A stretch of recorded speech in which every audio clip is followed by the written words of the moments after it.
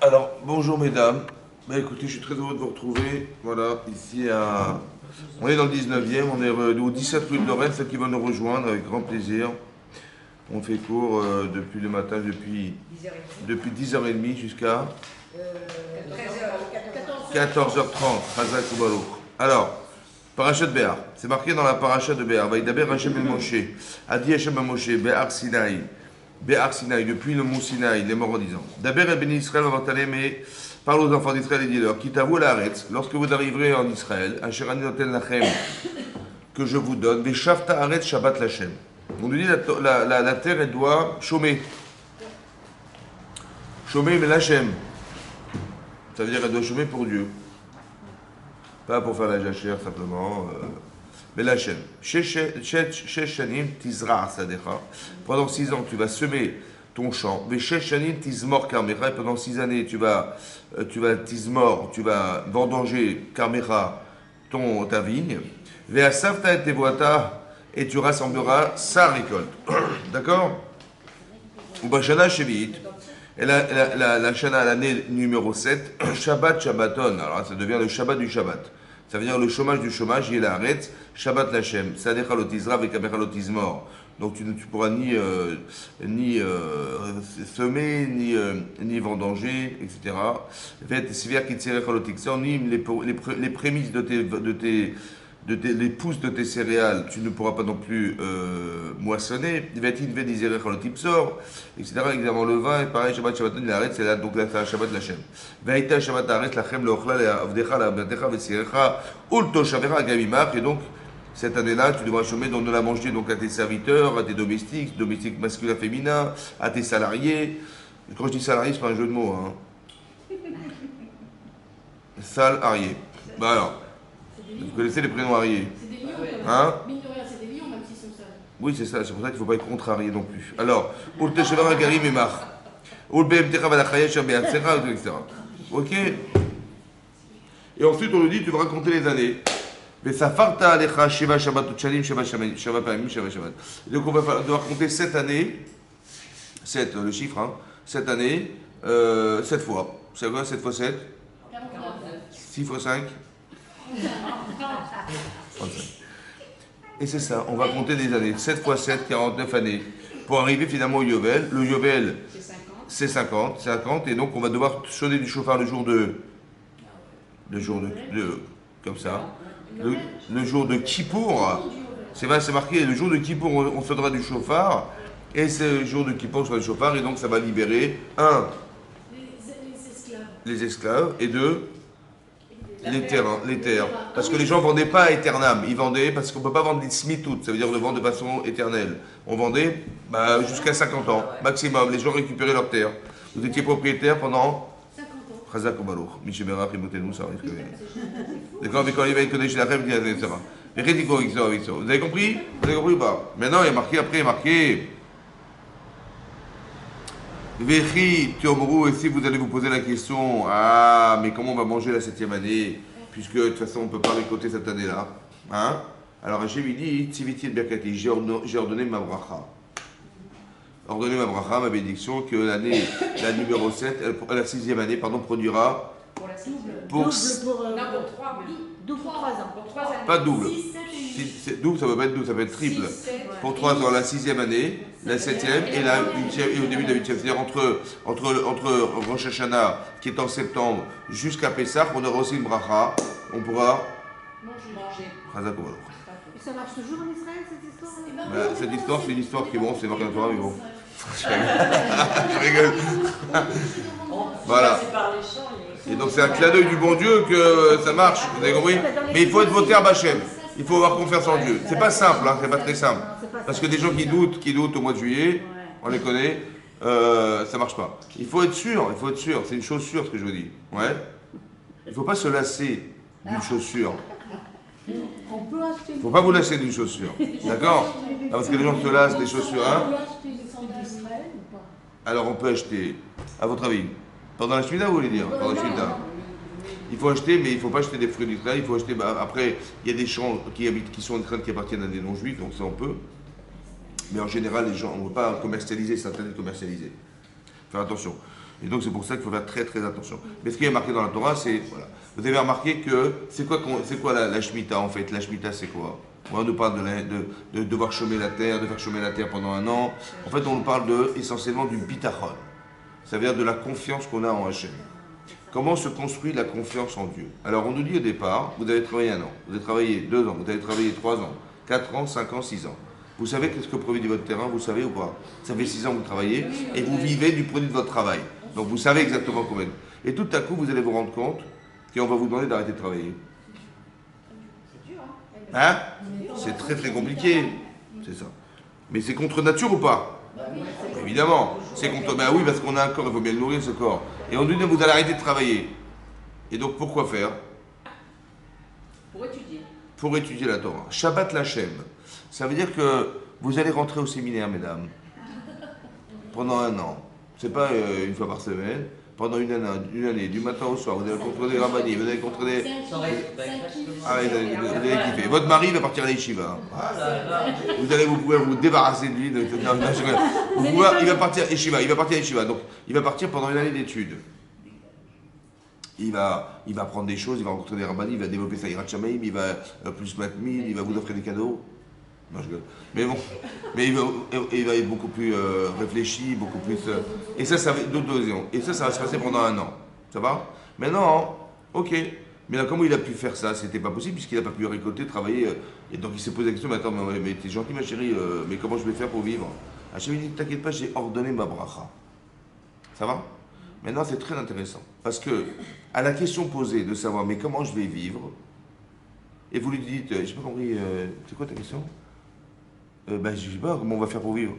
Mais t'as pas honte, j'ai pas compris, mais... T'as pas confiance en Dieu? Bon, ça va le nourrir ou pas? Il va avoir mal au ventre ou... Ça va nourrir, son cerveau. Mais son ventre, il fait des gros, ça va? Donc qu'est-ce qu'il faut répondre? Il faut répondre à une question philosophique, à une question physique, matérielle, répondre physique, ça va? Ne réponds pas du spirituel sur du physique et ne réponds pas physique sur du spirituel. Ça marche pas. Parce qu'il va vous dire oui, j'ai compris, oui, mais alors comment on va faire pour manger? T'es gentil, mais est-ce que je vais être au niveau? Je vais mettre machin, on ne sait pas. Alors je dis t'inquiète pas, je vais mettre ma bracha sur la terre. Ta terre, elle va produire 3 fois plus que d'habitude, ce qui est énorme. Maintenant, ça veut dire quoi 3 fois plus? Mais attendez, 3 fois plus pendant les années où il... 6 ans, la 6e année. La 6e année. Bachana. Comment tu vas faire pour manger la 7e année alors que tu n'as pas pu récolter ni manger? Alors c'est marqué, Hachem il dit t'inquiète pas, j'ai prévu ma bracha la 6e année, qui suffira la 6e, la 7e et la 8e, ce qui est extraordinaire. Vous n'avez pas besoin d'aller chercher. C'est un peu comme la manne qui est tombée dans le désert. Qu'est-ce qu'on a fait? On a ramassé la manne, on a fait des efforts, on a passé du temps, non, vous avez compris? Moins tu passes de temps là-dedans, et plus tu as du temps à consacrer à autre chose. Encore faut-il qu'on ait dans sa tête un état d'esprit de dire je vais faire autre chose, tu vois? Comme des gens ils disent ouais, j'espère la retraite. Hachem, pourquoi faire la retraite? On va faire voyager avec ma femme, comme si les gens ils voyaient toute l'année.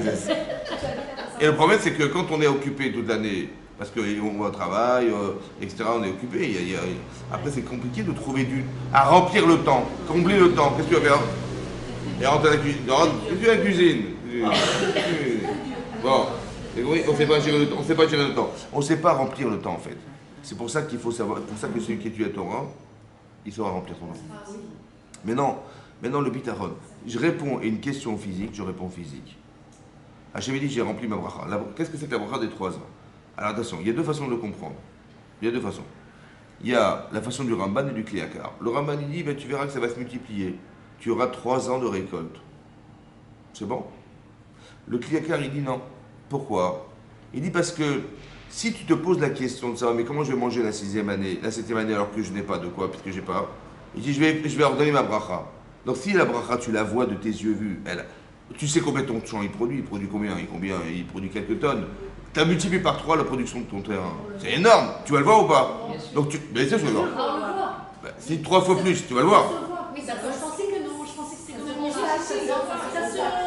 Non, la 6e année, j'ai vu que ça a multiplié par 3. Donc, est-ce que je vais me poser la question de savoir que je peux manger la 7e? Donc, qu'est-ce que c'est que la question d'Agmara selon le Ramban, comme se demande le Kli Yakar? Il dit, en vérité, vous allez voir, vous n'allez rien voir. C'est la même production. La même production que vous avez eue la première, la deuxième, la troisième, la sixième, pareil. Alors comment je vais faire?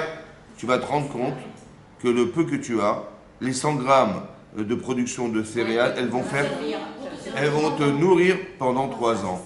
Ça veut dire qu'au lieu de tu dis mais 100 grammes, je sais ce que je produis 100 grammes pour moi. Chazak ou baruch. Ça va être mitbarer. Ça veut dire que tu vas, comme la manne, tu prennes beaucoup, peu de manne, de toute façon, c'est mitbarer betor me'av. Ça va être bénéfique dans tes entrailles, dans tes estomacs. Ça veut dire que tu vas manger, normalement tu te contentes des 100 grammes, mais 30 grammes suffira. Tu te rends compte? Ça veut dire que tu ne verras pas la bracha. Qu'est-ce qu'on gagne de ça? Écoutez-moi bien, je m'énerve. Qu'est-ce que je gagne de ça? Si je dis, tu sais quoi, je vais te faire une bracha à laquelle ton terrain il va produire 3 fois plus. C'est une bracha ou pas? Dites non, dites non. Je dis quoi? En quoi une bracha. À quoi ça sert la bracha? À apaiser la personne. À quoi ça sert la bracha? La bracha, ça sert à gagner du temps. Écoutez-moi bien, je m'énerve. Le temps, c'est de l'argent. Ça va? Si je gagne beaucoup d'argent, est-ce que j'ai besoin de passer du temps dans la parnassa? Ben non. Donc qu'est-ce que je vais faire? Super. Mais si j'ai 3 fois plus de récoltes, je vais passer 3 fois plus de temps dans les champs. Je vais devoir engranger 3 fois plus. Je vais devoir semer 3 fois plus. Je vais devoir. Qu'est-ce que j'ai fait bracha ça?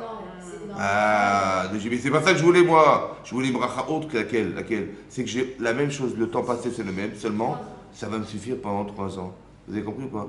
C'est-à-dire que le bitachon, on a gagné 2 choses. Un, qu'on a moins besoin de passer du temps dans ce qui est matériel pour se consacrer au spirituel.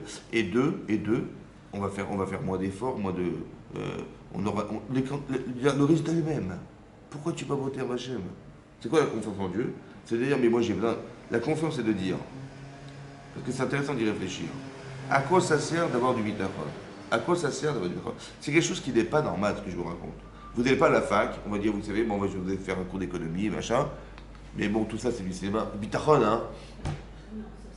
Non, ça n'existe pas, ça. D'accord? Il n'y a pas qui veut faire un cours sur le bitachon. Le bitachon, c'est la confiance en Dieu. Ça n'existe pas dans la... Pourtant, c'est l'essentiel de l'étude de la Torah. Attention. L'essentiel de l'étude de la Torah. On étudie la Torah pour arriver à développer chez soi cette confiance en Dieu, le faire exister pour se dire, bon, entre nous, est-ce qu'on est venu ici pour manger? Pour dormir? Pour prendre des vacances? Là, on est venu pourquoi? Parce qu'un jour, on va partir de ce monde à 120 ans, il faut que j'ai un capital avec moi. Mais ça veut dire quoi? C'est quoi faire les mitzvot? Faire les mitzvot, ça veut dire créer ce lien déjà entre Hachem et moi. Et l'épreuve qui s'appelle la mitzvah, oui, elle soit positive ou négative, c'est de dire, je vais faire une mitzvah, mais les tsari va se mêler. Les gens vont se mêler. Comment je vais faire pour réussir à en faire? Ça, c'est ma problématique, c'est ma volonté. Et d'un autre côté, la vera. Les gens vont me pousser à faire. Mon tsari va me pousser à faire. Comment je vais maîtriser, c'est ça mon mérite. Et ce lien, en vérité, c'est un lien de conscience et un lien de rapport avec Akadosh Baruch Hu. Ça va? Et c'est ça qui va me permettre d'accéder à Hachem. Ça va? Et bon, là-bas, il sera proportionnel aux efforts que j'ai fournis pour le Kiddush Hachem que j'ai organisé, le lien que j'ai créé avec Akadosh Baruch Hu. C'est ça, cette conscience que j'ai faite. C'est ça le but ou pas? Ben non, pour y arriver, il faut bien manger et boire. Il faut bien... C'est quand vous dites à vos enfants, écoutez, vous allez à l'école, mais n'oubliez pas de manger vos repas du midi. Oh, et t'écouter, arrête de donner à ton petit copain, ça suffit. Et je travaille pas pour rien, d'accord? Voilà ce que j'ai dit à mes enfants. Bon, à part ça, il faut écouter les cours, évidemment. Mais non, on est stupide de croire que c'est l'essentiel, c'est ça. L'essentiel, oui. Ben, c'est pareil. Le professeur, nos parents, c'est Hachem, et nous sommes les enfants d'Hachem. Ça va? Donc moi, mes enfants, qu'est-ce que j'espère? Qu'ils vont être studieux, ils vont être intelligents, ils vont être brillants, ils vont étudier la Torah, ils vont travailler, ils vont faire ce que... Vous avez compris? C'est ça l'essentiel. Après, moi, je m'occupe de tout, moi, t'inquiète pas, voilà. Ta scolarité, je la paye, les gens, on prépare les repas, pour peu que tu te concentres sur l'essentiel. Et nous, qu'est-ce qu'on fait? On dit non. Moi, mon père, j'ai pas confiance. Attends. J'ai 8 ans, je ne sais pas si demain on va manger. Bon, je vais aller travailler, je vais jouer de la guitare en métro. Ça va? Évidemment, comment va papa, j'ai pas confiance en lui, mais vous plaisantez ou pas? Mais ça ne traverse même pas l'esprit d'un enfant de penser une chose pareille. Mais nous, ça nous traverse l'esprit, vous avez compris? On n'a pas confiance en Dieu, nous. Ouais. Dieu nous a dit, vous savez quoi, l'essentiel c'est la Torah, le Olam Haba, et tout, et nous on dit, on ne sait jamais. On ne sait jamais. Parce que je ne sais pas s'il sait compter, je sais pas. On n'y pense même pas, vous avez compris? Attendez, je préfère faire par moi-même que par les autres. Donc, reste à ta place, je vais m'occuper. C'est dommage parce que je fais le boulot de mon père. Comme si je n'avais pas confiance en lui et c'est moi qui vais aller travailler à sa place. Vous avez compris? Parce qu'on ne sait jamais. Je fais exprès de vous dire, montrer le ridicule de la situation. Pour vous expliquer, mais occupe-toi de l'essentiel de ta vie. Qu'est-ce que tu veux faire de ta vie? Dis-moi ce que tu veux faire. C'est pour ça que le bitachon a un sens. C'est quoi le bitachon? C'est évidemment que cette logique, elle est vraie. À la condition que tu y crois. Si tu y crois, ça marche. Si tu n'y crois pas, ça ne marchera jamais. Vous savez, oui, on va vous parler du bitachon, mais la personne, elle n'y croit pas vraiment. Parce que dès qu'il s'agit de faire un œil, il est frileux. Mais oui, mais ça veut dire qu'il faut introduire les valeurs, il faut imaginer qu'il faut arrêter de se contredire, il faut arrêter de se mentir, il faut vraiment y croire. Ça veut dire, il faut aussi savoir que j'ai pas envie de regretter ce que j'ai raté de faire. C'est pas que j'arrive à 120 ans, je dis oh là là, mais si j'avais su, j'aurais fait ça, j'aurais fait ça. Donc t'avais prévenu, mon chéri, il y avait des cours de Torah, il y avait où t'avais accès à tout. Pourquoi tu n'as pas fait? Je dis ouais, mais bon, vous comprenez, la part d'un ça, j'avais besoin de travailler, c'est dommage que tu passais plus de temps à t'occuper de ce que je devais faire parce que tu t'occupais de ce que tu dois faire. Vous voyez, c'est pareil. Vous avez compris ce que je veux dire? Bitachon Hashem. Et ça veut dire quoi, bitachon? Ça veut dire qu'il faut avoir une confiance. Maintenant, ce qui est très intéressant, c'est comment ça se traduit dans la vie. Et ce qui est très intéressant, c'est de voir que toute notre vie, on aura tout le temps quelqu'un derrière qui va nous polluer la tête en nous disant mais non, c'est pas comme ça ou c'est pas cette logique-là. Et en fait, il va falloir se convaincre du contraire. C'est ça qui est très fort. Et ça fait partie de la paracha de Béar. Vous voyez? Béar. Ça veut dire que la paracha nous traite essentiellement de cette midat habitachon, la confiance qu'on doit avoir en Hachem. Elle se traduit dans la parnassa ici, mais elle se traduit dans plein de choses dans la vie. Vous voyez? Des expériences de vie. Alors, par exemple, un exemple très simple, vous allez voir. Je vous avais raconté l'histoire de Rabbi Akiva, vous vous rappelez de Rabbi Akiva qui cherche l'hospitalité chez les gens. Bon. Bonjour, oui, bonjour monsieur. Écoutez, je suis dans la rue. Je m'appelle Rabbi Akiva, je suis dans la rue. Vous n'auriez pas, je sais pas, une chambre à me passer? Écoutez, ce soir on peut pas, on n'est pas là, il y a un mariage, on ne peut pas être là, je suis désolé. Au-delà, écoutez, on n'a pas assez de lits. Écoutez, moi je ne reçois pas les rabbins chez moi. Bon, etc., etc. Le type, bon, finalement, Rabbi Akiva, il dit tout ce que fait Hachem, c'est les Tova. Il n'a pas dit Gamzu Tova, il dit Kol Masha Serachmana et Tavavid. Mais en fait, il était l'élève de Ish Gamzu, de Nahum Ish Gamzu. C'était son élève. C'était son élève. Lui, Rabbi Akiva était l'élève de ce Rav. Oui, l'élève. Et donc il disait tout ce que fait Hachem, les Tova. Il disait, je n'ai pas à remettre en cause. Bien que c'était un préjudice, parce que quelque part, il s'est rendu compte qu'au fur et à mesure qu'il tapait aux portes des gens, il devait, vous voyez, dormir dans la rue. C'est bon ou pas? Quand je suis Rabbi Akiva, à quoi je pense à ce moment-là? Je demande l'hospitalité, on me refuse l'hospitalité une fois, deux fois, trois fois, quatre fois. Et plus j'avance, et plus je me rends compte à quoi vous pensez, mesdames. Attendez, entre nous, là, attendez, vous êtes toutes seules. Vous êtes toutes seules, vous avez vos bagages, vous avez votre machin, et on vous refuse l'hospitalité. Vous avez les boules. Vous avez les boules ou pas? Très bien, vous avez les boules. Maintenant, si vous avez les boules, c'est que quoi? En fait, on se culpe. Attendez, mais quand on a les boules, c'est qu'on peut se avoir les boules. D'abord, j'ai les boules. Ça veut dire que je suis angoissé. Il y a vraiment où je vais dormir ce soir? Ça, pourquoi? Je me vois pas dormir dans la rue, franchement. Bon, j'ai les boules. Deuxièmement, je me dis, mais attends, mais Hachem. Attends, Rabbi Akiva, il est religieux quand même. Et il dit, mais attends, qu'est-ce qu'il veut, Hachem? Mais il m'a abandonné, attends, ou alors je suis un rachat, ou je ne sais pas quoi, c'est vrai ou pas? J'ai fait un truc qui n'était pas bien. Exactement, donc en fait, le premier réflexe, c'est de se. Mais c'est la mauvaise remise en question. Ça veut dire, on se culpabilise.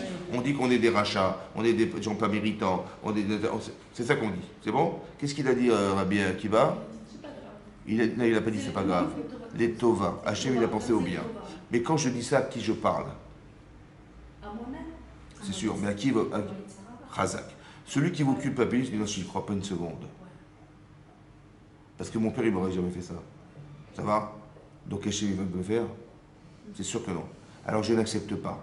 C'est-à-dire que de traduire en mal une situation qui est un préjudice personnel ou une angoisse personnelle, je ne l'accepte pas.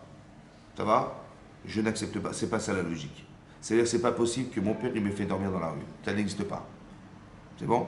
Donc si ça m'arrive, c'est que j'ai quelque chose à comprendre là. C'est les Tova. La Tova, c'est quoi la Tova? Écoutez-moi bien.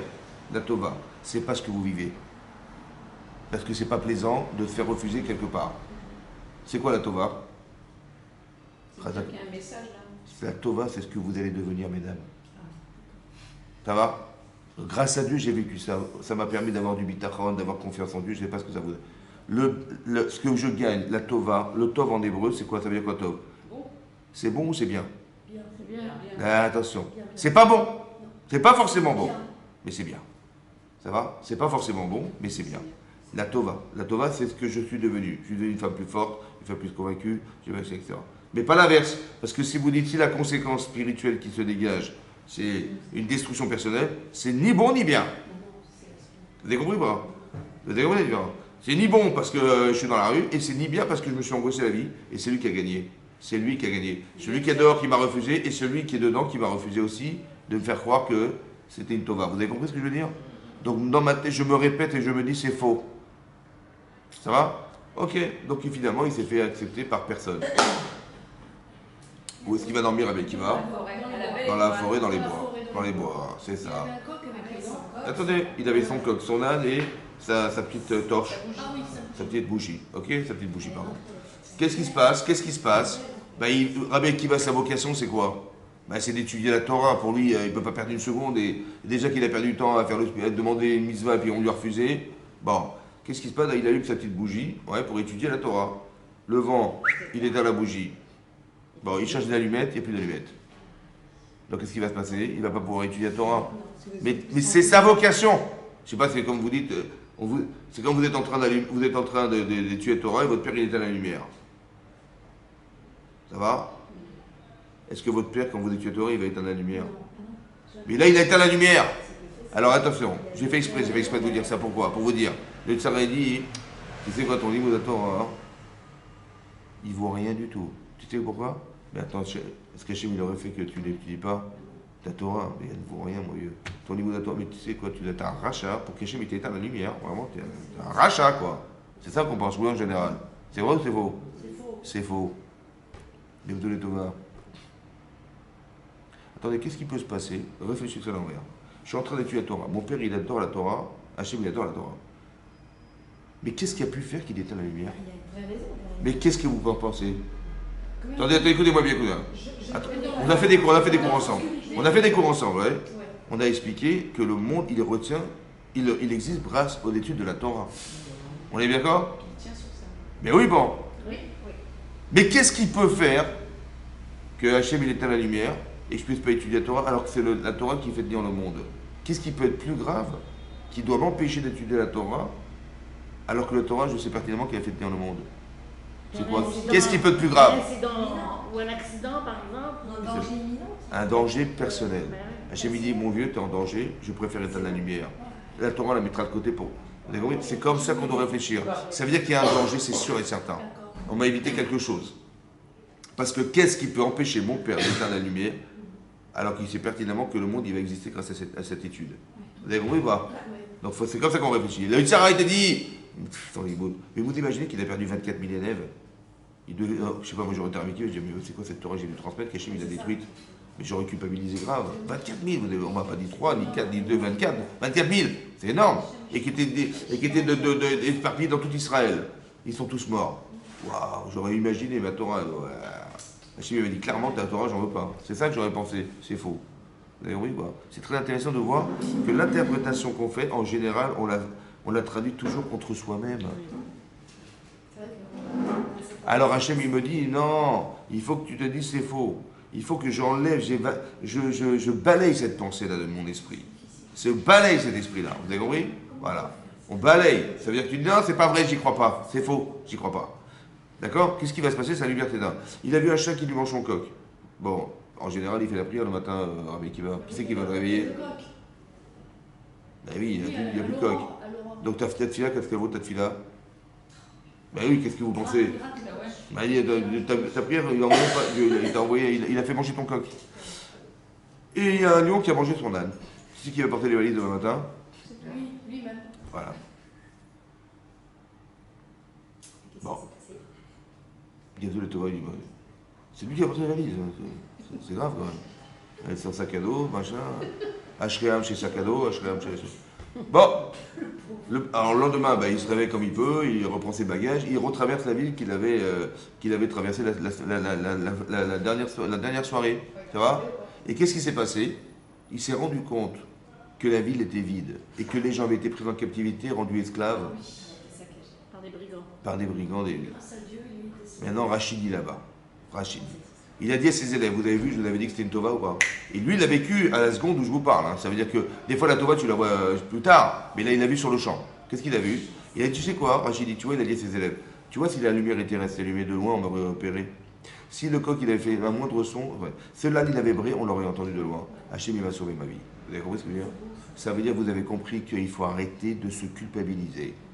Il faut arrêter de traduire en mal. Il faut arrêter de faire que, de croire que tout ça, les mauvaises pensées qu'on a, en fait, quand je dis des mauvaises pensées, elles sont logiques, mais elles ne sont pas vraies. C'est ça le problème. Vous avez compris ça? Le bitachon permet de. Mais non, c'est pas pour rien qu'on nous dit qu'on est les enfants d'Hachem. C'est pas pour rien qu'on est le Ham Ségoula, le trésor d'Akadosh Baruch Hu. Vos enfants, c'est votre trésor. C'est pas possible qu'en tant que parents, on puisse faire des choses aussi mauvaises que d'imaginer ce qui a pu se passer pour Rabbi Akiva. C'est forcément qu'on a voulu faire quelque chose d'exceptionnel pour moi. C'est pas possible qu'ils m'ont fait porter les valises. C'est pas possible qu'on c'est pas possible. Mes parents m'ont pas dit, écoute, je t'abandonne. Tu iras à l'école, dorénavant, tu iras tout seul à pied. Mais ça n'existe pas, ça. Ça va? C'est pas possible qu'on m'empêche de me réveiller le matin en disant, ton réveil, je le débranche. Ouais, je dis, oui, mais comment je veux? Je débranche. C'est pas possible. Vous avez vu? C'est forcément qu'il y a quelque chose de très grave derrière. Donc c'est ça qu'il faut comprendre. C'est que le but, la confiance qu'on a en Dieu, c'est de comprendre que tout est réfléchi pour le bien. Mais ça a été fait exprès qu'on laisse un point d'interrogation. Vous avez compris pourquoi? Pourquoi c'est comme ça? Pourquoi je me dis pas clairement, ouais, je suis avec toi? Pourquoi il fait pas ça, Hachem? C'est pour que nous arbitre. Et pourquoi le libre arbitre? Pour que de nous-mêmes, on soit Pourquoi? Mais c'est grave, parce qu'en vérité, je pourrais tomber dans le panneau. Oui, ça nous laisse peut-être On pas. peut se tromper, on peut se tromper. Mais c'est grave. Oui. Mais c'est pas comme ça qu'on fait. Non. Pourquoi il fait comme ça, Hachem? C'est un travail pour qu'on prenne Dans la confiance toujours. Mais pour qu'on continue à prier, à faire des filets. Peut-être aussi, mais aussi Pour écoutez-moi le bien. bitachon. Oui, j'ai compris, mais écoutez-moi bien. C'est très important que vous entendiez ça. Hachem ne vous obligera jamais à croire en lui. Jamais il vous obligera. Pourquoi? Parce que d'obliger les gens, j'accepte Hachem parce que j'avais pas le choix. Pour le servir. Non, c'est pas comme ça qu'on réfléchit. Parce que quand c'est comme ça, c'est pas une vraie acceptation. Quelque part, j'ai peut-être aussi une frustration d'avoir été imposé. Vous avez compris ou pas? Par contre, quand j'ai accepté Hachem, mais pour que je l'accepte, c'est à la proportionnelle de ce que je suis en train de vivre. Écoutez-moi bien. C'est compliqué pour Rabbi Akiva de savoir qu'au fur et à mesure, on lui refuse l'hospitalité. Mais pourquoi c'est dur? Pourquoi la lumière s'est éteinte? Pourquoi il a vu son âne être mangé par le lion? Pourquoi il a vu de ses yeux le coq être mangé par le chat? Pourquoi il a vu ça? Parce qu'à la proportionnelle de la difficulté vécue, il va grandir, sa limonade va grandir. Parce qu'il va avoir le résultat. Mais c'était ce que le Yitzhara m'a caché, c'est le résultat. Alors qu'est-ce qu'il fait? Il met un rideau pour me cacher le résultat. Vous avez compris? Mais pas ça. Et sur le rideau, il met un dessin pour dire, tu vois, catastrophe. Genre, vous avez compris, le rideau, en vérité, il est couvert de choses nauséabondes et machins qui sont insupportables à entendre. Mais il fait exprès, le Yitzhara. Pourquoi faire? Parce que lui, il sait que derrière, c'est extraordinaire ce que je vais gagner. Il sait ce qui est caché derrière le rideau, lui. Il connaît exactement ce qui se passe demain. Il sait, moi, je ne sais pas ce qui va se passer demain. Je ne sais pas ce qui va se passer dans 1 heure. Mais lui, il sait ce qui va se passer à la fin des temps. C'est pour ça qu'il s'acharne. Vous avez compris ou pas? Et plus c'est compliqué, plus vous êtes rassuré que vous allez gagner. Mais c'est extraordinaire ce que vous allez gagner. Plus le Yitzhak, il veut nous faire croire des sottises. Et plus c'est un révélateur que derrière, ça fait quelque chose d'énorme. Vous avez compris ou pas? C'est ça, comme ça que ça réfléchit. C'est ça le bitachon d'Hachem. C'est de savoir que c'est pas possible que mon père, il m'abandonne. Si déjà mon père ne peut pas le faire, mais Hachem est à l'infini, il ne pourra jamais le faire. Donc j'arrête de traduire en négatif. Ça va? Quand je dis négatif, ça veut dire de m'accabler sur ce que je vis, parce que ça me détruit psychiquement, ça me détruit, ça m'enlève toutes mes forces, ça m'enlève tout objectif de vie, ça les enlève. C'est comme ça ou non? Mais qui c'est qui a gagné? Mais c'est celui qui m'a fait croire. Mais attends, mais c'est ce que j'ai vu. On m'a refusé l'hospitalité. Il faut arrêter de penser comme ça. Terminé. Ça va? Terminé. De la même manière que si vos enfants ils vivent quelque chose de difficile, qu'est-ce que vous allez leur dire? Eh ben c'est comme ça, mon chéri. Finalement, t'as perdu, voilà, c'est ta faute. C'est ça que j'ai mes enfants. Et t'inquiète pas, mon chéri. Si j'ai mes enfants, je dis non, t'inquiète pas. C'est un passage. C'est pas. Écoute, tire des leçons de ce que tu as vécu. T'as peut-être fait des erreurs. Peut-être que maintenant tu verras que les choses elles vont s'ouvrir à toi et que la proportionnalité de l'angoisse que tu as eue, elle va être comblée par une joie extraordinaire. Voilà, je te rassure. Mais si déjà, en tant que femme, je suis capable de dire ça à mes enfants, mais Hachem, c'est sûr qu'il m'a dit ça. Et c'est sûr que c'est ça qu'il va venir. Il dit, je t'en supplie, résiste et tu verras que tu vas gagner. Hein, c'est ça ou pas? Hein? Quelquefois, ce message est passé. C'est pour vous-même qu'il faut vous le dire déjà, pour que vous soyez convaincus et vous verrez que ça passera mieux. Hein? Alors c'est parce qu'on n'est pas forcément peut-être convaincu. Ça veut dire que ça reste des mots forcément, mais pas ressentis profondément. Ce que je vous dis, la bitachon, c'est implacable. Ça veut dire que si j'y crois à moitié ou trois quarts, ça ne marche pas. D'accord? Tu dis oui, Dieu est grand, mais il n'y a rien à tout, Dieu est grand. Bon, il faut vraiment, c'est pas ça ce que je dis, parce que c'est contraire à la réalité. C'est contraire à la réalité. Vous allez voir quelque chose qui est contraire à ce que vous pensez. C'est dur, c'est ça qui est dur. Mais ça reste une épreuve. Mais l'épreuve, c'est quoi? C'est de dire, mais écoute, il faut que j'arrive à me dire, mais c'est faux, c'est sûr que c'est faux. C'est ça que j'arrive à faire. Rabbi Akiva, donné son niveau, Oui. il a eu une succession d'échecs, des gens comme Très bien. Il a bien vu qu'il ne se pas quelque chose, c'était pas normal. Il avait un niveau qui lui permettait de savoir qu'il y avait quelque chose au bout de ça. Très bien. Lui, il avait un niveau donc. Nous, on n'a pas de Vous n'avez pas de niveau. Donc, Vous ne pouvez pas baisser les bras. c'est vrai, c'est vrai. Donc ce qui est marqué dans la Gemara ne nous sert à rien. Vous avez raison, donc cette page-là, on la déchire. Mais non, mais comme cette paracha, quoi, elle sert de paracha. On la saute, allez. Mais faites-vous plaisir. Ah, ça faut arrêter. C'est vrai, c'est Et- J'ai compris. Alors je vous ai expliqué un truc. proportionnel au niveau de chacun. Attends, je vous ai expliqué un truc. Non, vous avez dit le contraire. Vous avez dit que lui, il était. Baruch Hashem, c'était un tzaddik et tout, donc il pouvait. Mais nous, on n'est pas à ce niveau-là. Et donc ça nous parle. Ah, j'ai pas compris. Alors, Non, mais, ah oui. il ne pouvait pas baisser les bras tout de suite, il savait que c'était c'est un chef. Très très bien. Il faisait en sorte Alors, à la différence de. qu'ils comprennent que c'était voulu tout ça. Très très bien. Alors que quoi? Alors que nous. Il a des souffrir aussi.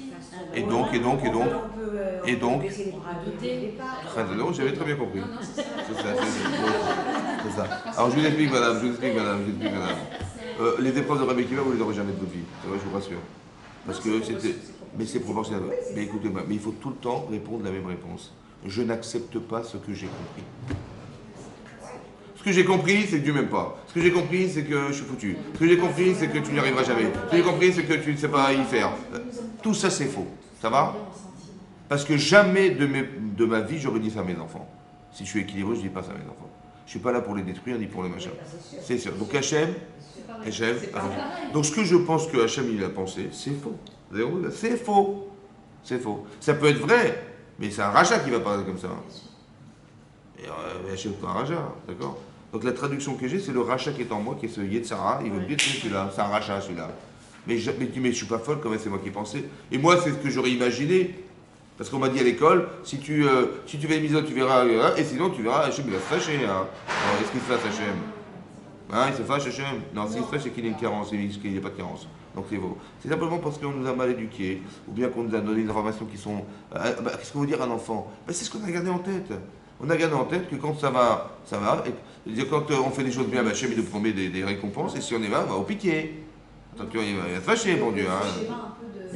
Mais non, on a infantilisé les gens. Et nous, on continue à réfléchir comme ça aujourd'hui. Allez, on s'est fini, ça y est. On est des adultes. Les sociétés, la culture, la religion mal traduite, etc., etc. Mais ça, il faut arrêter ça. Parce que qui c'est qui perd dans l'histoire? Mais c'est nous qui perdons, mesdames. Mais excusez-moi, parce que moi j'ai toujours été impressionné par la façon dont Daniel, dont le Rav Akiva est décédé. Je veux dire, il est mort dans des circonstances terribles. Et vrai, ouais. Alors c'est un autre sujet. C'est un autre sujet. Il a perdu ou il a gagné? Il a gagné, mais là-bas. Le lama, c'est certain. C'est ça qu'on a. Le tov, c'est pas ce qu'on gagne sur terre. C'est sûr qu'il a perdu. Ça va? Et c'est un autre sujet. Mais alors, ce que je veux vous expliquer, c'était la preuve de ce qu'il était. Il était chargé en.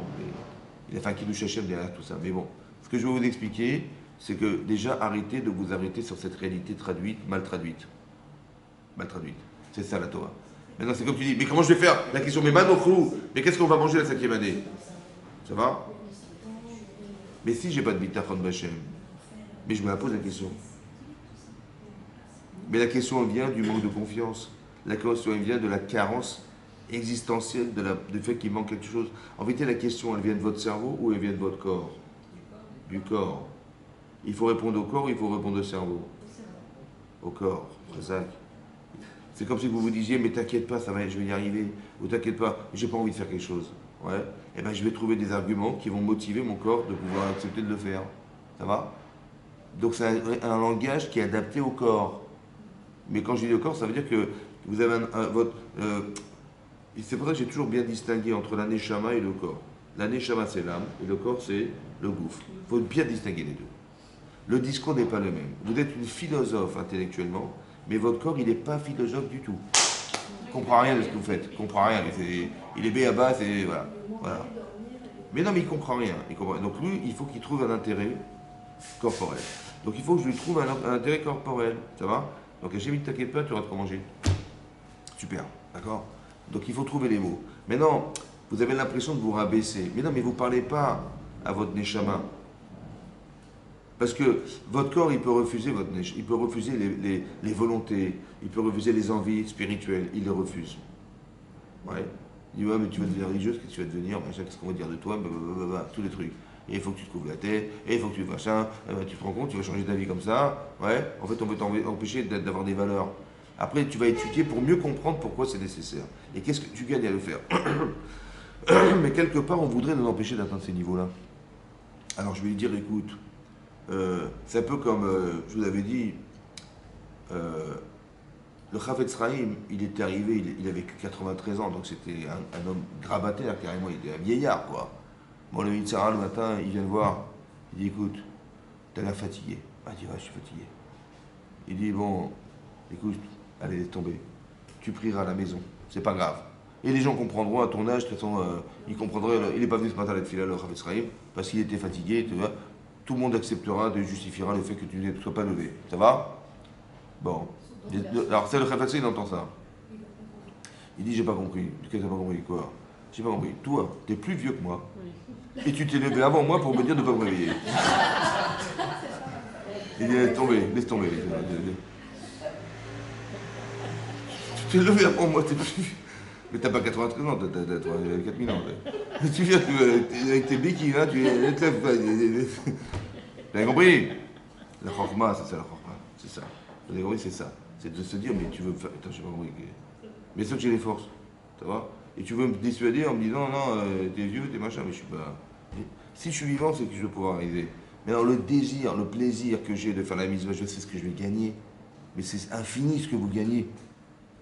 Mais quel argument il peut avoir les Sahara à vous proposer de l'argent, du repos, du machin, mais contre la spiritualité éternelle que vous avez à gagner? Mais il n'y a pas comme une mesure. Donc si vous êtes clair que ce que vous avez à gagner est énorme, ça ne peut pas se monnayer. On ne peut pas payer, ça se met pas. C'est tellement énorme, il n'y a pas de quoi payer. Et lui dit, ouais mais repose-toi, tu vas pas te fatiguer, pas pour toi, ça va. Ils comprendront les gens, ça va, c'est pas. Oui, mais je perds du... C'est comme si je vous disais... devant la porte de l'entrée, là, il y a une valise entrouverte avec des millions d'euros dedans et il y a des billets de banque qui dépassent de la valise. Et il est dans la rue, là, n'importe qui peut la prendre. Bon, c'est ça la mitzvah, ça vaut des milliards. Et il dit, bah ça va, tu vas pas te lever de ta chaise quand même, fatigué, désolé. Mais non, mais n'importe qui peut prendre la valise, hein. Tu dis, ah, t'es vieille, oui, mais je sais ce que j'ai gagné, si je reste là, je sais ce que je vais perdre, je sais ce que je vais récupérer cette valise, je sais ce que je vais gagner. Mais tu sais ce que tu gagnes, alors pourquoi tu perds ton courage, pourquoi tu ne crois pas en toi, pourquoi tu écoutes ce qu'on te raconte. Mais ce qu'on te raconte, c'est ce qu'on voudrait t'empêcher d'atteindre. Le bitachon, c'est d'avoir confiance, vous avez compris? C'est pas simple, parce que la réalité, elle est contraire à ça. Elle est contraire. C'est comme un petit peu, écoutez-moi, expliquez-moi ça. Les Bnei Israël sont venus voir Moshe Rabbeinu. C'est bon?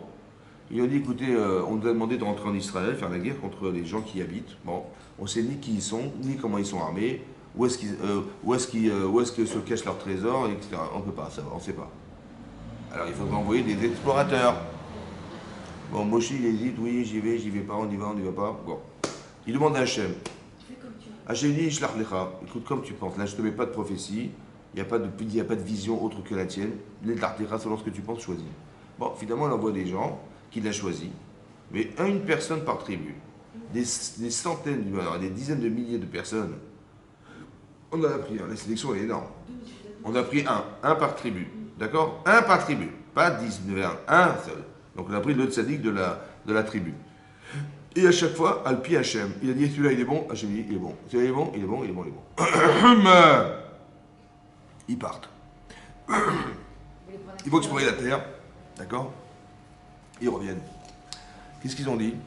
Ils n'ont fait que critiquer. Ils ont fait critiquer. En fait, ils avaient raison ou pas?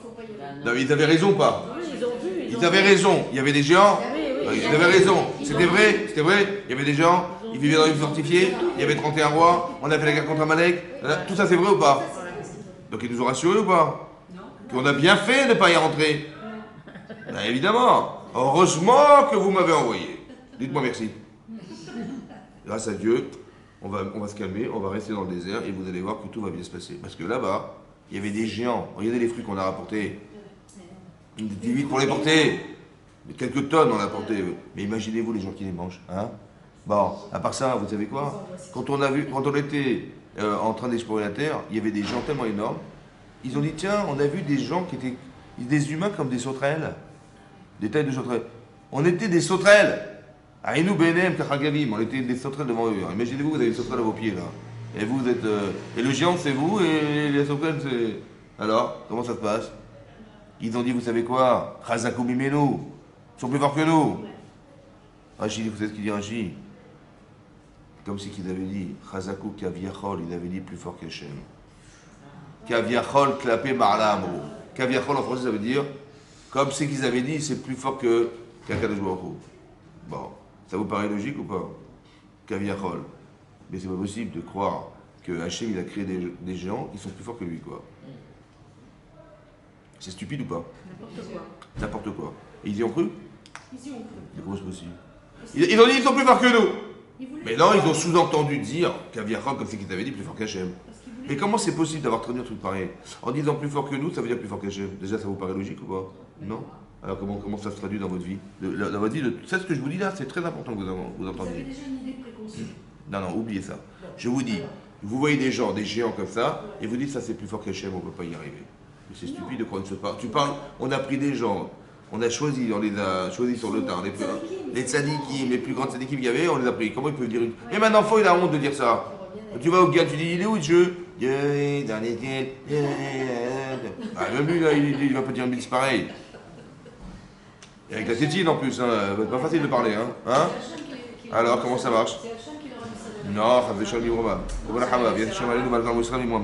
Ah, écoutez-moi bien. C'est ça le bitachon, écoutez bien. Si j'ai peur de ce que je vois, Kaviachol, j'ai peur que Hachem ne va pas m'aider. J'ai peur que Hachem c'est plus fort que lui. Parce que si tu pensais sincèrement que Hachem il est avec toi, est-ce que tu aurais peur pour eux ou tu aurais peur pour toi? Tu aurais peur pour eux, les pauvres ils vont se faire éclater. Ou tu aurais peur pour toi? Donc si tu as peur pour toi, c'est que Dieu il est pas assez fort pour t'aider. Non, répétez aussi, monsieur Rapp, parce que C'est qu'il leur donne à eux on leur donne la force en fait. Si je dis, je n'y arriverai pas, on n'y arrivera jamais, ils sont plus forts que nous, c'est comme si je suis en train de vous dire, c'est plus fort que Dieu. Écoutez-moi, mais pourquoi c'est comme ça? C'est quoi la logique? C'est de dire, si tu es accompagné par Hachem, qui est le roi du monde, qui est le créateur de la création du monde, qui a créé ce monde, tu es bien accompagné, ça va? Donc quand tu vois ces gens-là, on te dit, rentre en Israël et fais la guerre. Bon, tu as peur ou pas? Donc si tu as peur, ça veut dire quoi? C'est que Hachem, tu n'as pas confiance. C'est qu'Hachem, il n'est pas assez fort pour te sauver. C'est ça qu'Aviachol. C'est le contraire des Maccabies. Mais vous avez compris ce que ça veut dire? Ça veut dire que si tu as peur, c'est que la confiance que tu devrais avoir d'Hachem, elle n'est pas là.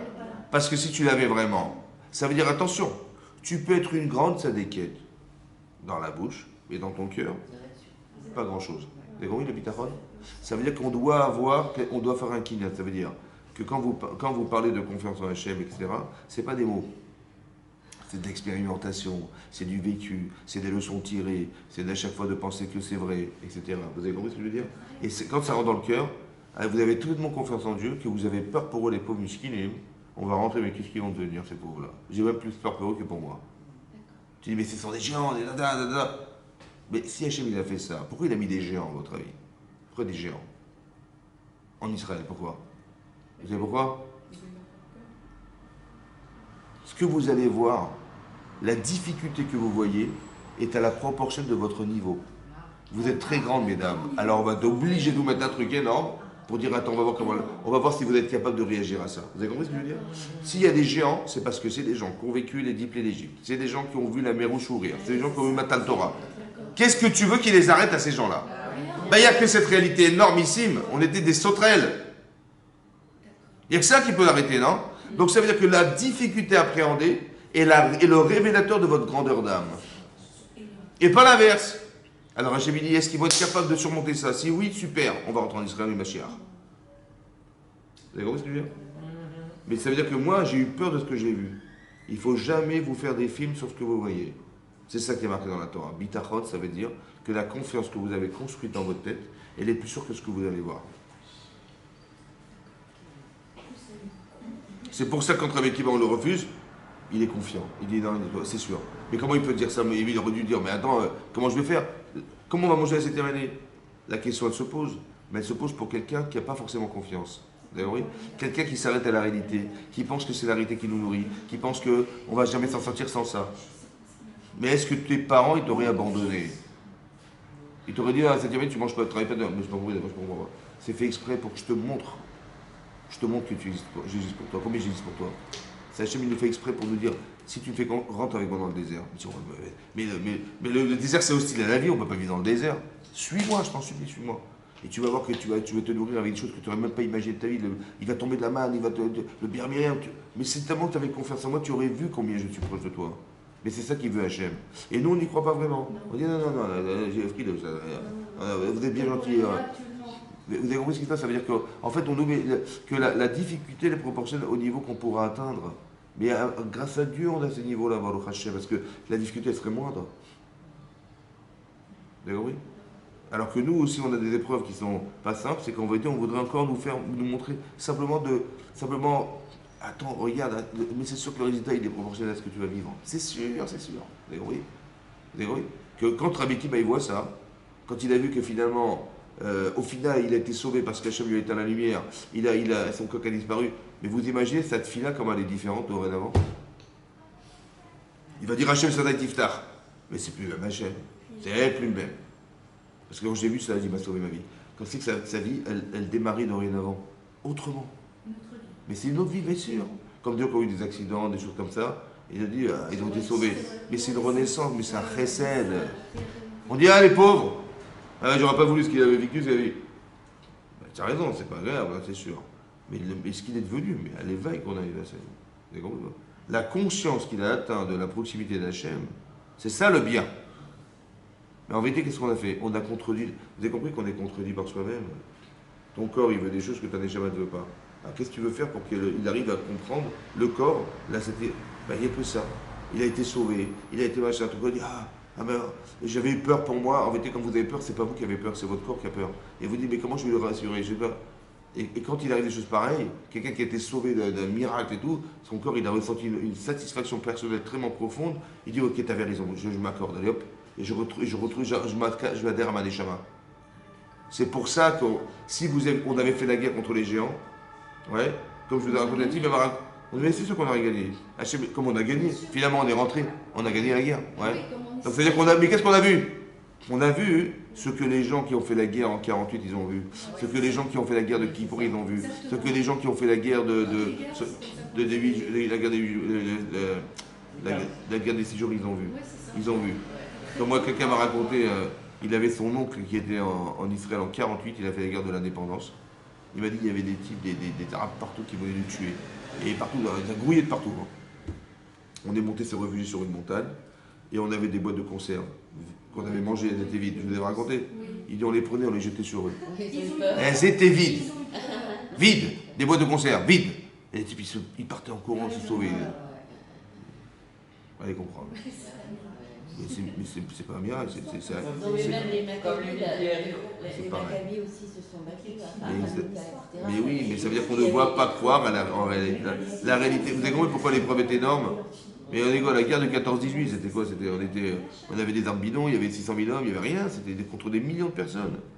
Mais Hachem, il a fait un esgadol. Mais qu'est-ce qu'il a voulu faire Hachem? Il a dit, mais vous m'avez fait confiance, alors vous avez été mort, c'est en effet, je vous suis. Vous avez compris? Mais vous pensez bien que normalement, ça aurait dû amener les gens qui soient très très très orthodoxes.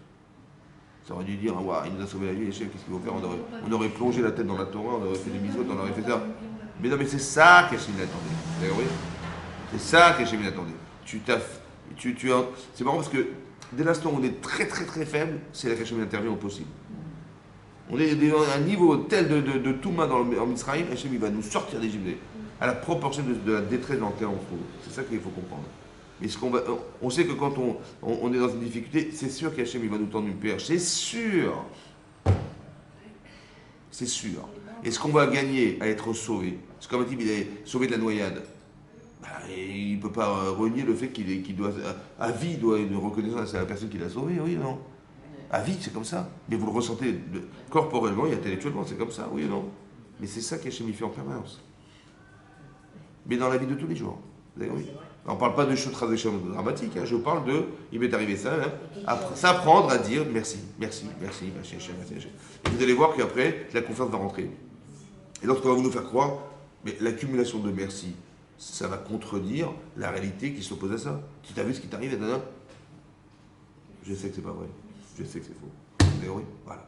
Il faut bitachon, le bitachon d'Hachem. C'est ça que la Shemitah voulait nous dire. La Shemitah voulait dire, tu vas travailler 6 ans. Et à 7e année, tu t'arrêtes. Mais non, la 8e année, comment ça se passe? Tu as fait 1 an d'études. 1 an d'études. Ton mari est parti 1 an à la Yeshiva. Toi, tu as fait 1 an de séminaire. Comment ça se passe, la 8e année? Est-ce que la 8e sera comme la 6e? Non. Ou comme la 5e ou la 3e? Non. Mais elle sera mieux en quoi? Parce que j'ai tellement joui, tellement profité de la guerre, que maintenant je dis, bah, attends, je vais consacrer un peu, même si je travaille la journée, je vais consacrer 1 heure pour autre chose. Pas possible. La 8e, 9e, 10e, 11e, 12e, 13e, 14e année, on va aller en part au séminaire. Allez, 1 an d'études, 1 an, c'est énorme. 1 an. La 15e année, comment ça se passe? Ça ne serait jamais comme la 13e. Parce que là, l'engouement, l'envie d'apprendre, l'envie de devenir une sédéquée, de faire un travail sur soi, c'est rien à voir. Vous avez compris ce que je veux dire? Après, la 21e année, la 28e, la 35e, la 42e, la 49e, et la 50e et la 49e, c'est 2 années de Shemitah suivies. 50. Ça veut dire qu'on arrive au sommet. Et vous avez vu qu'on a un programme qui dure 50 ans. Et que il y a des phases où on s'arrête. Et on s'arrête complètement et on fait autre chose. Et on habite à Chod Bachem. On doit se dire, non, ma vie, elle ne doit pas être construite sur passer ma vie à la cuisine ou machin. Il faut que je nourrisse mes enfants, ma famille, c'est sûr. Mais il faut que je me réserve un temps pour moi. D'accord? Et les gens, malheureusement, le Yitzhara, il s'arrange que lorsqu'on n'a pas fixé du temps, lui, il va nous en trouver des temps. Le Yitzhara, c'est son boulot, lui. Tu laisses pas un espace-temps. Tu dis, non, il n'y a rien à faire. Cette heure, elle est consacrée à ça. Il va la combler, mais tu ne sais pas comment. Donc c'est pour ça qu'il faut absolument fixer que vous savez ce que vous devez combler, vous avez réfléchi à ce que vous avez besoin de savoir et de réaliser dans votre vie. Alors il faut le faire. Et c'est ça le but. Ça va? Et au fur et à mesure, vous allez voir que ça va vous construire. Le construire, c'est les émotions qui vont apparaître des choix que j'ai faits. Les émotions qui vont apparaître des choix vont vous construire.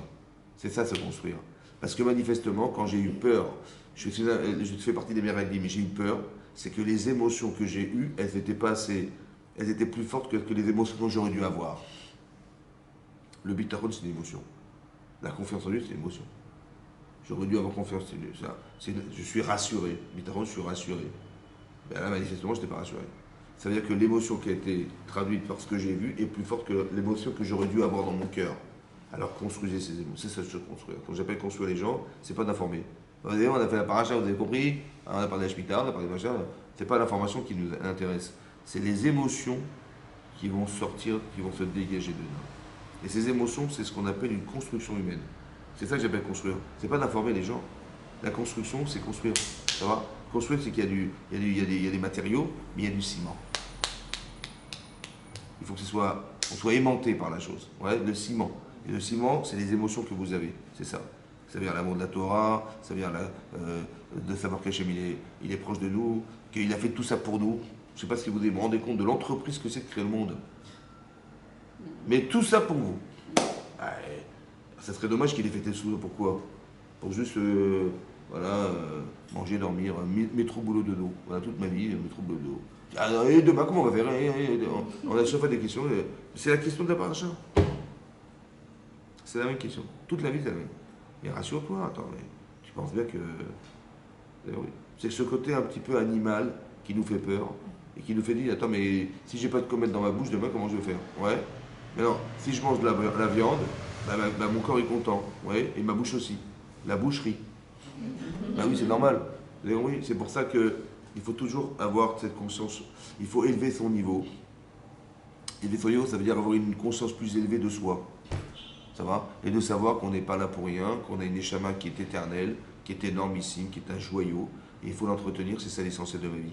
Alors je sais que, bon, il faut bien manger, dormir, mais je sais que dans ma tête, l'essentiel, c'est ça. Même quand je travaille, c'est pas que je dis à mes enfants, écoutez les enfants, il faut faire des études, il faut avoir un métier, c'est fondamental. Et si vous avez du temps, vous étudierez la Torah. Vous savez, c'est ça qu'on dit à nos enfants, souvent, malheureusement. On dit, mais l'essentiel, c'est les études. Il faut que tu... Alors, d'abord, assure la part de ça. Ça va, tu gagnes bien ta vie? Eh bien, si tu peux travailler, tu travailleras. Et si tu peux pas, ben, quand tu auras du temps de libre, je sais pas, une heure par-ci, une demi-heure par-là, ben, tu feras la Torah, c'est comme ça. Ou l'inverse. Non, l'essentiel, c'est la Torah. Et si tu as du temps, tu vas bosser. Vous avez compris? C'est l'inverse. Mais oui! Mais non, mais c'est vrai. Mais c'est pour ça qu'on est en train de parler. Vous m'entendez ou pas? Bon. L'essentiel, c'est la Torah. L'essentiel, c'est vos mitzvot. L'essentiel, c'est ce que vous allez devenir au Lavaba. C'est l'essentiel. Après, bien sûr qu'il faut bien un cadre. Mais c'est l'inverse. C'est pas de dire non, je vais travailler toute ma vie, je vais ramasser de l'argent, et puis moi je serai rassuré, j'aurai la retraite, je serai tranquille. Mais t'as ni des forces, ni d'envie, ni c'est l'inverse. Mais non, c'est l'inverse. Il faut étudier la Torah. L'essentiel, c'est l'étude. L'essentiel. J'ai un temps de libre, j'étudie la Torah. Parce que c'est l'essentiel de ma vie. Je sais que j'en ai besoin. Vous avez vu comment c'est compliqué d'avoir du bitachon? Mais ça se construit, c'est pas, ça vient pas comme ça. Ça peut se travailler, ça peut se construire dans le travail. Tu investis beaucoup d'argent là-bas, tu vois que ça va marcher, un peu là-bas, tu vois que ça grandit. Il y a marqué Gadol, Yegi Akapav, il est plus grand, celui qui œuvre de ses mains, Yoter Mirei Shamaim, plus que celui qui craint Dieu. Gadol, Yegi Akapav, il est plus grand, celui qui œuvre de ses mains, plus que le Yirei Shamaim. Pourquoi? Parce que le Yirei Shamaim, c'est celui qui a appris. Mais celui qui a travaillé, il a vu de ses yeux vus.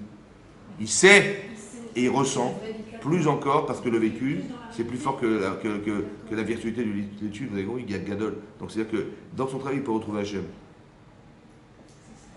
Alors c'est dommage qu'il ait tout mis dans essayer de tout faire par soi-même et sans bitachon, sans rien du tout. Et faire des ishtadouillotes, et faire des efforts et des machins, alors c'est juste pour se rassurer parce qu'il n'a pas confiance en Dieu. C'est dommage. Vous avez compris? Vous avez compris? Et des fois, il fait des clins d'œil. Il dit, ouais, j'ai investi tout l'argent là-bas. Et là, le peu d'argent que j'ai mis là-bas, ça a fructifié, ça a explosé. Mais pourquoi faire il t'a fait ça? J'ai pas dit, écoute, c'est pas dans tes mains. C'est moi qui t'aide. Fais-moi confiance et tu verras. Et après, je vais rentrer dans un monde spirituel autre. Et dans ce monde spirituel, je vais consacrer ma vie à la Torah autrement. Je vais parler de la Torah autrement à mes enfants. Et vous avez compris? C'est ça qui va se passer. Et je vais nourrir cette conscience qui va permettre à nos enfants, aux élèves, à n'importe qui, d'avoir conscience qu'Hachem, il est là vraiment pour soi. Vraiment pour soi. Et tout ce qui pourrait se mettre en porte-à-faux à cette idée est carrément fausse. Ça va? Il faut arrêter de se culpabiliser. Il faut arrêter de penser qu'on est des nuls. Il faut arrêter de penser que c'est pas comme ça qu'on parle à un élève. Je ne rends pas la copie en disant t'es un nulard. J'ai dit bon, écoute, t'as pas réussi ton interro, ben sache pourquoi. En vérité, parce que bon, la matière, elle te plaît pas, c'est vrai? Ouais. Parce que bon, ben, tu joues en classe, tu t'amuses, ok. Après, t'as peut-être pas compris la logique. Ouais, c'est vrai. Après, t'as pas révisé, on est d'accord, etc.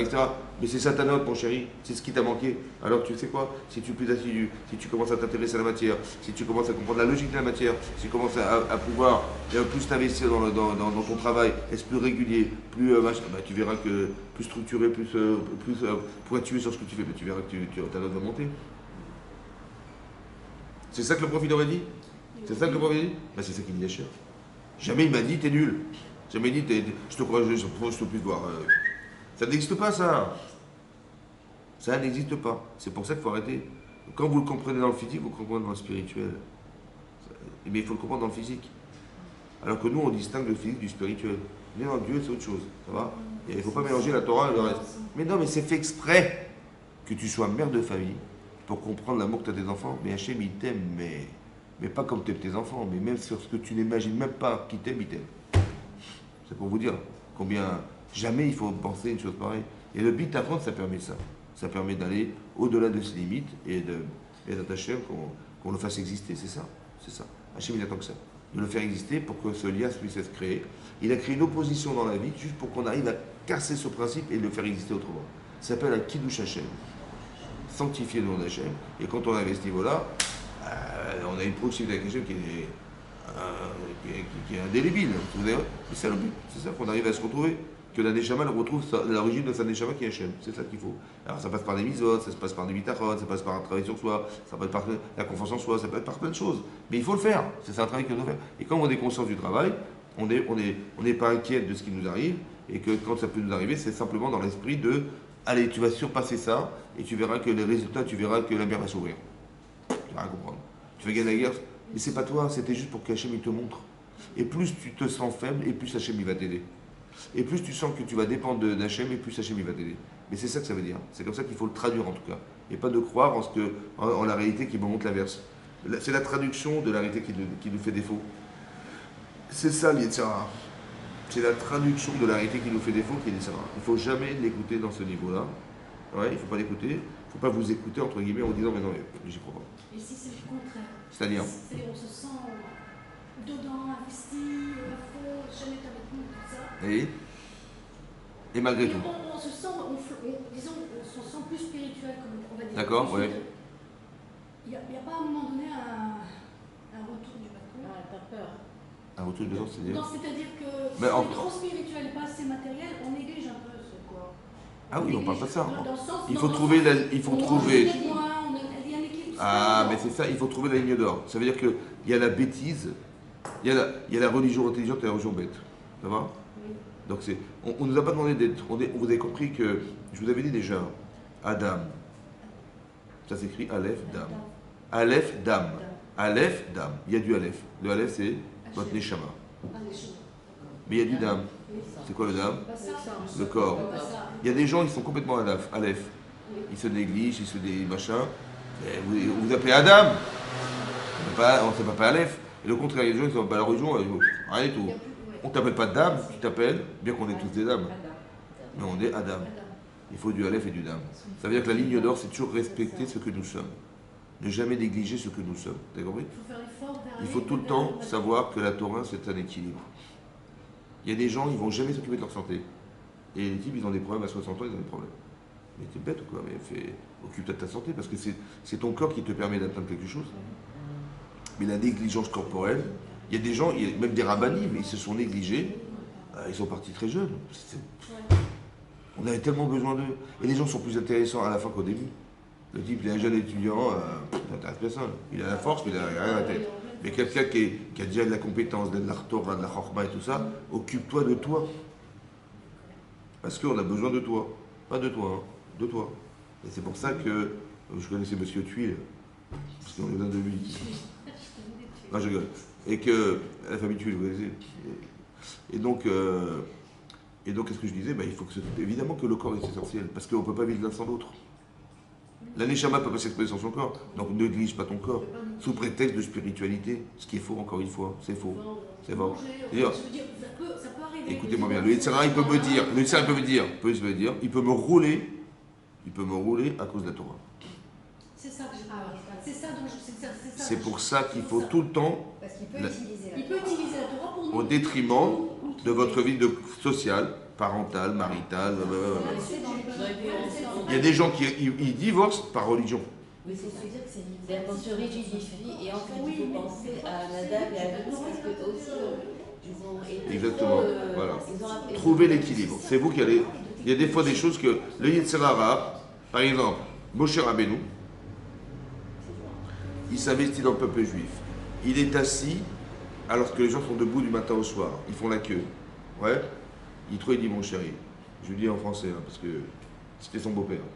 Sa belle-mère, je ne sais pas ce qu'il aurait dit, mais son beau-père. Et il a dit, tu sais quoi? Navol tivol. Tu vas te flétrir. Gamata vegama. C'est logique, pourquoi? Parce que les gens qui attendent du matin au soir là-bas, ouais, ça fait 12 heures qu'il attend la réponse du Rav. Bon, il va revenir demain ou pas? Non.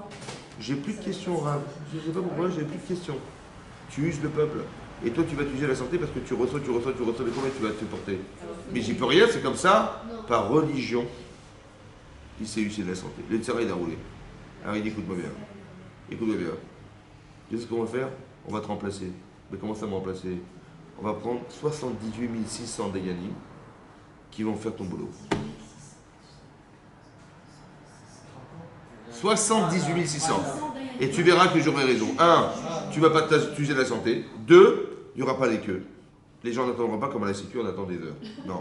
Et tu as une question? Oui, bonjour, Rav, en face de toi, il y a quelqu'un qui est là. Et en fonction des difficultés, tu as les rabbins qui correspondent. Ça va? Mais toi, au moins, les très choses, les choses que pour personne ne pourra solutionner, on ira te voir.